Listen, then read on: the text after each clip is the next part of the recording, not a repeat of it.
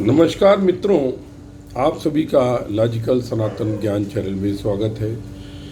इसमें हम विज्ञान के माध्यम से, लॉजिक के माध्यम से भारतीय सनातन संस्कृति को और हिंदुत्व की गहराइयों को समझने का प्रयास करते हैं। हमारे एक ग्रुप में एक मित्र ने प्रश्न किया था कि हिंदू, जैन, बौद्ध, सिख, वास्तव में अभी आने वाले चुनाव हैं तो हर तरीके से मेरा बहुत पहले मैंने कविता लिखी थी, उसमें भी यही कहा मैंने कि फिर उन्हीं दागों को दागा जाएगा और दुखती रग को दाबा जाएगा। पहले शोलों के हवाले कर दिया, फिर मकां पर पानी डाला जाएगा। क्या सियासत की चली ये चाल है, भेड़िए के हाथ भेड़ की खाल है। पहले आंखों की बिनाई छीन ली, बाद में दर्पण दिखाया जाएगा। यही चालू हो गया।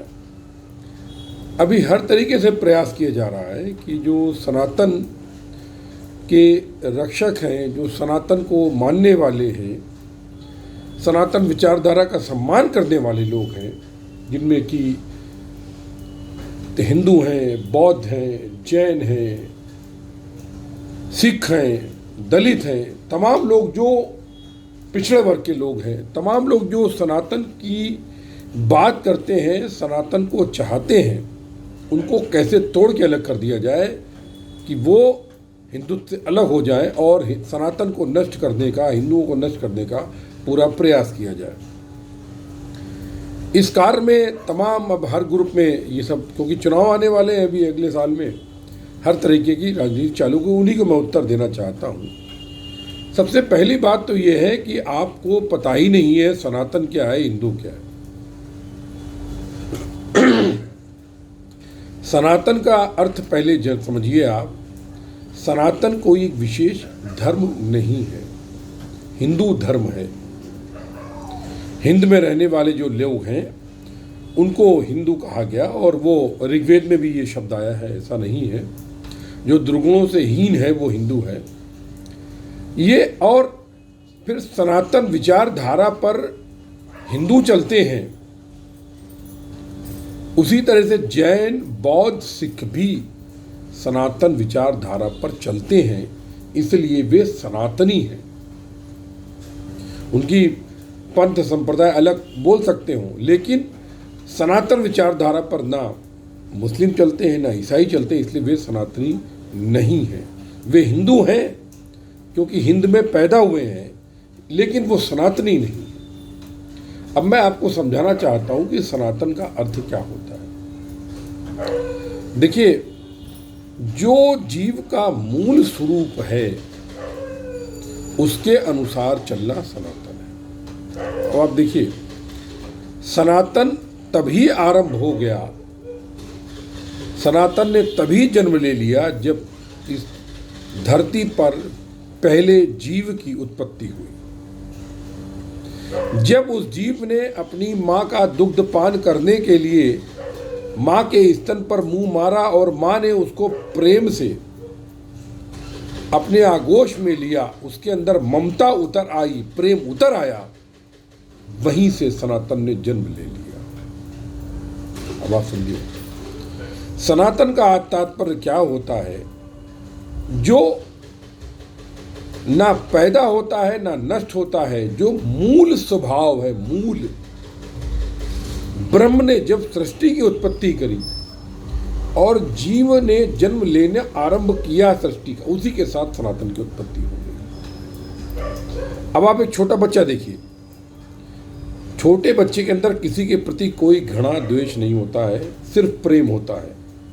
थोड़ा आपने उसको मतलब उसकी ओर इशारा किया, मुंह बनाया, कुछ भी किया, अले अले अले मेरे बेटा, वो खुश हो गया, गोदी में आ गया। ये उसका भोलापन है। आप भले ही उसको मन में विद्वेष रख के उसके खिलाफ कुछ भी करना चाहें, जैसा कि और तमाम परंपराओं में लोग करते हैं कि काफिर को कुछ कोई भी उसका बच्चा भी हो, जैसे यहाँ पर जो आक्रांता भारत में आए थे, उन्होंने जो हमारे सिख गुरुओं के बच्चों को तमाम तलवार की नोक पर मारा, लेकिन वो बच्चे तो प्रेम से गोदी में आ ही गए थे। वो सनातन था। लेकिन जो मारा उनकी वो दुष्टता थी, वो जानवरपन था। ये अंतर होता है सनातन में। सनातन को समझने के लिए यदि आप आजकल अष्टांग योग बहुत चल रहा है पतंजलि महाराज का, उसको आप एक बार पढ़ लीजिए। यम हम समाज के प्रति क्या करते हैं, अहिंसा ये सनातन है, त्याग ये सनातन है, सभी अपने हैं ये सनातन है, सबका सम्मान ये सनातन है। इसको तुम कहां से नष्ट कर पाओगे बाबा?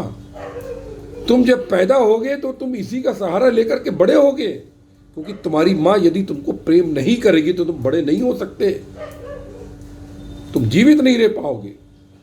और यदि माँ के हृदय में प्रेम नहीं उमड़ेगा, सनातन का अस्तित्व नहीं आएगा, तो तुम जन्म भी नहीं ले पाओगे, चाहे तुम ईसाई हो, चाहे मुस्लिम हो, चाहे कोई भी हो।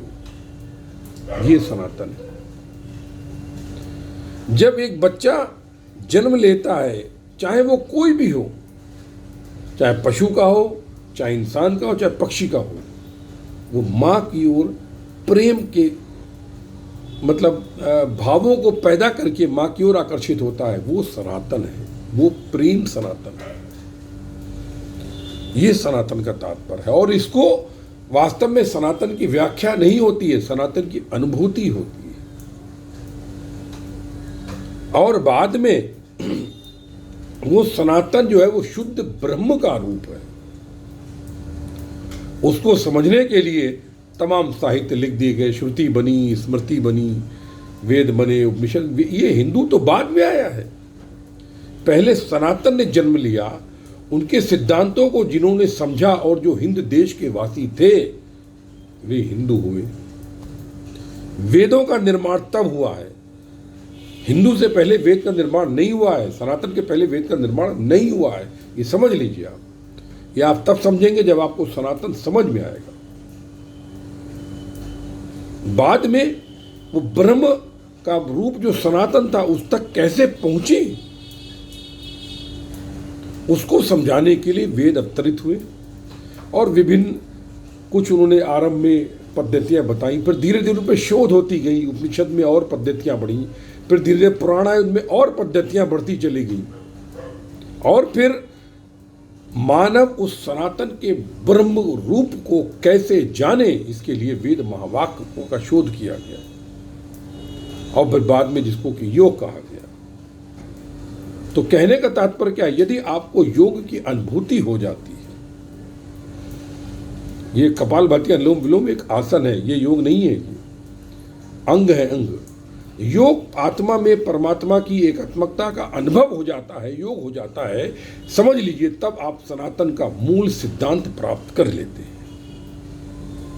क्योंकि तब आप अहम ब्रह्मास्मि क्या है, ब्रह्म क्या है, ये समझने लगते हैं। भले ही शब्दों में ना बोल पाए आप, लेकिन जब वो समझने लगते हैं, मतलब आप सनातन के अंतिम छोर तक पहुंच गए, सनातन के जन्म तक पहुंच गए। कैसे उसका जन्म हुआ। तो इसी तरीके से अगर आप देखें तो जैन में क्या है, जैन और बौद्ध में तप, संयम, अहिंसा, ये सनातन का मूल है, ये हिंदुत्व का भी मूल है, ये जैनियों की फिलॉसफी है, 3 को लेकर के बौद्धों की फिलॉसफी है। और यही तो गुरु नानक देव ने भी कहा है, इनसे अलग कहाँ है वो सारी बातें जो सनातन में उत्पन्न होती हैं, वही बातें तो समझाता है जैन। बस अंतर केवल इतना है, आप और समझ लीजिए थोड़ा सा, कि की योग की अनुभूति यानी ब्रह्म की अनुभूति है कि हेतु आत्मा में परमात्मा की एकात्मकता के अनुभव हेतु 2 मार्ग हैं। पहला एक उपासना का मार्ग है, दूसरा हठ योग का मार्ग है। उपासना के मार्ग में द्वैत भाव से आरंभ होकर अद्वैत की जो अनुभूति होती है वो योग कहलाती है। लेकिन द्वैत भाव में भक्ति रस, नवदा भक्ति, तमाम ये सब मार्ग है। हठ योग में ये षष्टांग है, सप्तांग है, अष्टांग है, वो नवांग कर दशांग कर दीजिए, 2 4 6 और जोड़ दे तो हम उसको क्या कहते हैं, एकादश अंग कह देंगे। कोई पर क्या परेशानी, वो बनाते रहिए आप रिसर्च करके, क्या परेशानी है इसमें। जैसे अष्टांग में मुद्रा के योग की मुद्रा की बात नहीं कही गई है, उसमें आप मुद्रा जोड़ दीजिए तो आप कहेंगे नवांग योग, क्योंकि अंतिम लक्ष्य तो आत्मा परमात्मा की एकात्मा का अनुभव ही है ना। तो इसके लिए जब साकार निराकार, साकार के द्वारा भी अंतर्मुखी होते हैं, निराकार के द्वारा भी होते हैं अंतर्मुखी, लेकिन साकार में बहुत आनंद का मार्ग है, निराकार शुष्क मार्ग है। अब देखिए जैन क्या कहता है, जैन कहता है कि तुम नवाण, मतलब क्या, निर्वाण की बात करता है, उसकी मतलब मोक्ष की, जो इसे बोलते हैं तथाकथित, उसमें कहता है तुम गुरुओं की जो 24 तीर्थंकर हुए हैं, उन गुरुओं की आराधना करके उस तक पहुंचो। इस चक्कर में गुरुओं की मूर्तियां बनती हैं, तो जो साकार में राम जी के भक्त है, कृष्ण जी के भक्त है, वो राम और कृष्ण की मूर्ति बना देते हैं, उनको गुरु का ही नहीं मान रहे हो तुम। काली को गुरु क्यों नहीं मान रहे हो? हमारी गुरु माँ काली है, उसको गुरु क्यों नहीं मान रहे हो? तुम शिव को गुरु क्यों नहीं मान रहे हो? क्या फर्क है जैन में और इसमें? दोनों अंतर्मुखी होने के लिए, वो बात दूसरी, वो आत्मा मानना ना मानना, ये सब कुछ बातें वेद वाह हो सकती हैं, बौद्ध में जैन में कुछ बातें हो सकती हैं, आत्मा के ऊपर बड़ा चर्चा, लेकिन जो पद्धति की बात है अंतर्मुखी योग, उसमें क्या है? जैन लोग अपने 24 तीर्थंकर की पूजा कर रहे हैं, उनकी मूर्तियां बना रहे हैं, हम रामकृष्ण की बना रहे हैं, क्या अंतर है ये? और फिर उनके सिद्धांत तो एक ही है ना, तब संयम अहिंसा। अब बौद्ध की बात ले लो, महात्मा बुद्ध ने निराकार की बात कही, श्वासोश्वास विधि की बात कही, उन्होंने त्राटक, महात्मा बुद्ध ने त्राटक किया, महात्मा बुद्ध ने श्वासोश्वास किया, विपश्यना करी मतलब। अब महात्मा बुद्ध ने वो बात कही, लेकिन उन्होंने क्या कहा? तब संयम अहिंसा मूल मंत्र है, ये भी बौद्ध का, और वो भी निर्वाण का मतलब वही तो होता है ना। अब वहाँ पर अगर तुम निराकार के मार्ग से जाते हो तो तुम्हें लगता है कि वहाँ कुछ नहीं है, आत्मा की बात या ये अन्य की बात नहीं मान, लेकिन अगर साकार की ओर से जानते हो तो वो साकार शक्ति, वो ब्रह्म साकार रूप में तुम्हारी सहायता करने लगती है, तो तुम उसको मानने लगते हो। निराकार में निराकार रूप में सहायता करती है, वो भगवान श्री कृष्ण बोल ही चुके हैं कि हे अर्जुन, तू मुझे जिस रूप में भजेगा मैं उस रूप में प्राप्त होऊंगा। तो निराकार में मानो तो गंगा माँ हूँ, ना मानो तो बहता पानी, मानो तो निराकार, मानो तो साकार, ये माँ तुम्हारे भाव हैं, ये उन भावों के द्वारा, उनके रास्ते पर, उनकी सीढ़ी के द्वारा ही तुम अंतर्मुखी होकर योग का आत्मा में परमात्मा की एकात्मकता का अनुभव कर पाते हो। यही सिख कहता है, गुरु नानक देव ने क्या गुरु, और क्या कहा गया? गुरु ब्रह्मा गुरु विष्णु गुरु जी। शिव ने पार्वती को बताया, गुरु गीता क्या है? शिव ने पार्वती को समझाया, वो गुरु गीता कहलाई। वही तो गुरु नानक देव भी गुरु परंपरा के, राम राम जप के वो फिर बाद में ओम पर आ गए, बाद में राम के ऊपर कितना लिखा गुरु नानक देव ने। अब तुम कहो उनका राम इनका राम अलग है, तो भैया मैं कहता हूं मेरे राम के हाथ में धनुष बाण नहीं है, अब तुम आओ मेरे साथ। तो उन्होंने भी अलग कहाँ कहा, उन्होंने वही बातें कही जो तब संयम अहिंसा की बातें कही, निर्दोष की रक्षा की बातें कही, लेकिन अत्याचार के आके ना झुकने की बातें कही। एक सैनिक के रूप में जगत के प्रति व्यवहार करते हुए, सैनिक का योद्धा का व्यवहार करते हुए जीवन जीने को बोला। अब वो आवश्यकता थी, इसलिए सिख धर्म, इसलिए सिख पंथ है, वो आवश्यकता थी समय की। भारत में रोकने के लिए आक्रांताओं को जरूरत थी उस समय, इसलिए वो आ गए। क्या गलत बोला उन्होंने? वो भी सनातन की बात तो कर रहे हैं।